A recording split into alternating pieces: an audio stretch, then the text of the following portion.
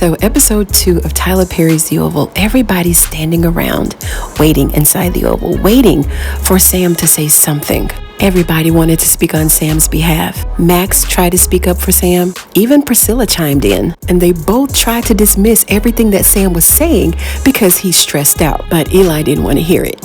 Eli grabbed that extra set of balls he had in his back pocket. He slammed his hands on the desk and demanded that Sam tell him what he was talking about. Then Sam simply told him, "You need to talk to Bobby." Then Eli said, "Bobby, are you effing my wife?" And everybody had this look of disbelief. Like, what'd he just say?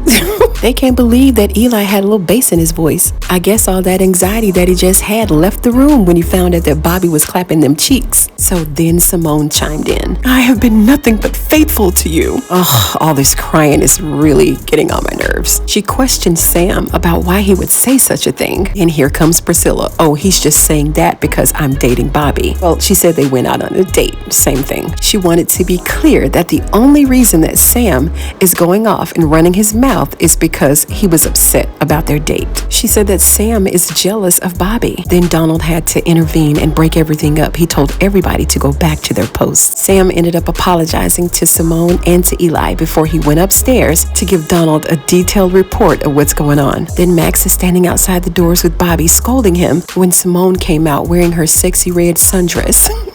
She told Bobby, come over here in the next room. I got to talk to you for a minute. Then we cut back to inside the Oval. And Donald is telling Priscilla to go back to the kitchen. I really hate when they tell her that, as if she's just the help. She told him, "Well, I'll go back to the kitchen in a minute. Right now, I'm here to make my proposal." She told him that she wants to go up and talk to Hunter to open up the lines of communication. And Victoria just couldn't believe it. She's in such disbelief. She just can't believe that Hunter's trying to smash Priscilla. For real. She had Donald to call upstairs to tell Hunter to have his men to stand down because she ain't trying to get shot up when she go up there.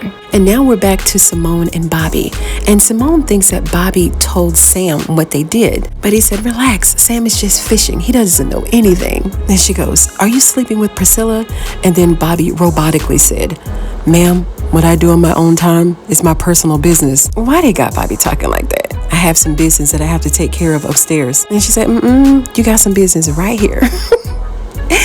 And they smashed again right there on the desk. And I'm going to need both of them to have just a little bit more decorum. Just a little bit. So now we have Priscilla calling upstairs to Hunter's room. And Hunter and Isaac think that it's like a negotiation. So they let the phone ring for a minute.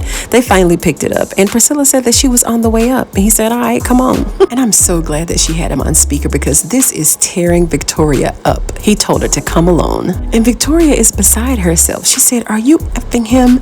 And she said, "No, not yet."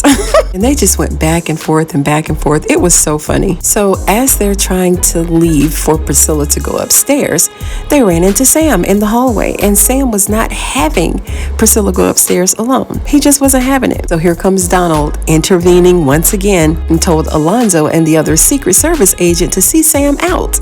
They put him out the White House. Oh boy, Sam is pissed off. Max said, "Well, Sam, I gotta do it, but I'm gonna keep you updated with what's going on." Okay, y'all, so remember I told you guys that I slept through most of this episode.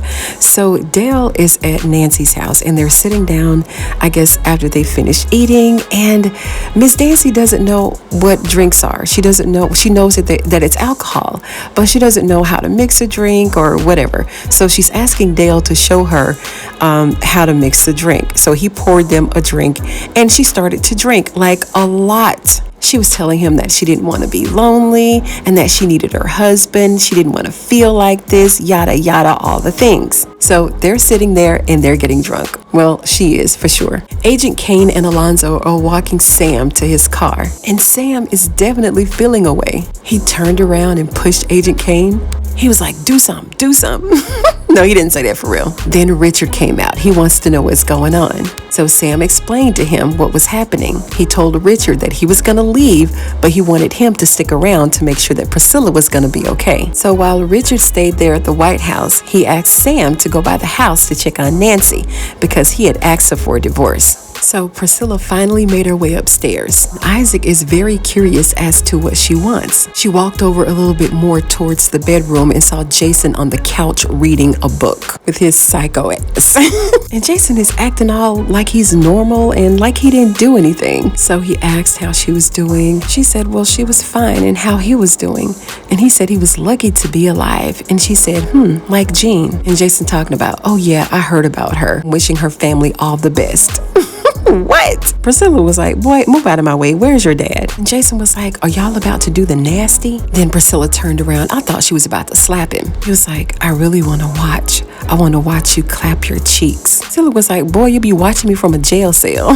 So Priscilla made it into Hunter's bedroom, and let's just say that she got Hunter to open the lines of communication with the boys downstairs, as she promised that she was going to sleep with him when it's all resolved. Now this, I can't wait to see. I know Priscilla is bluffing, 100%. Now we're back in with Bobby and Simone. She told Bobby that he better not be sleeping with Priscilla. He said, you don't own me. She said, oh yes, I do. And then she left. And I really, really, really think that all of this is going to blow up in Simone's face. She really needs to be careful when it comes to Bobby. And as soon as Bobby came out of the room, he ran into Max. And Max is constantly trying to tell Bobby that he's wrong and he needs to take accountability and responsibility. But Bobby doesn't want to hear it. He's having too much fun because it's convenient. Bobby is a bit on the immature side for this one. So as these three sit here and try to figure out what's going on in Hunter's head, Victoria revealed to Eli that Donald is gay. Then she went on to ask how Lily was doing. Tell you, Victoria won't stop. And Eli finally told him, look, I don't care